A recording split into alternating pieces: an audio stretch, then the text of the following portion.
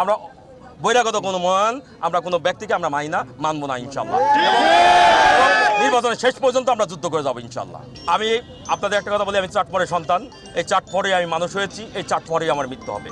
আমি চাটমোহরবাসীকে নিয়ে থাকবো, ভাঙড়া ফরিদপুরবাসীকে নিয়ে থাকবো মরার আগ মুহূর্ত পর্যন্ত ইনশাল্লাহ।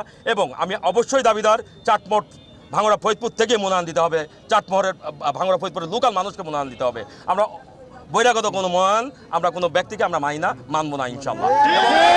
এবং নির্বাচনের শেষ পর্যন্ত আমরা যুদ্ধ করে যাবো ইনশাল্লাহ।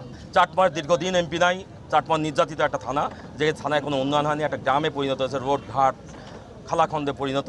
সেই শহর থেকে আমরা শহর বলি না, আমরা গ্রাম বলি, আমরা সেই গ্রামের একটা উপজেলা।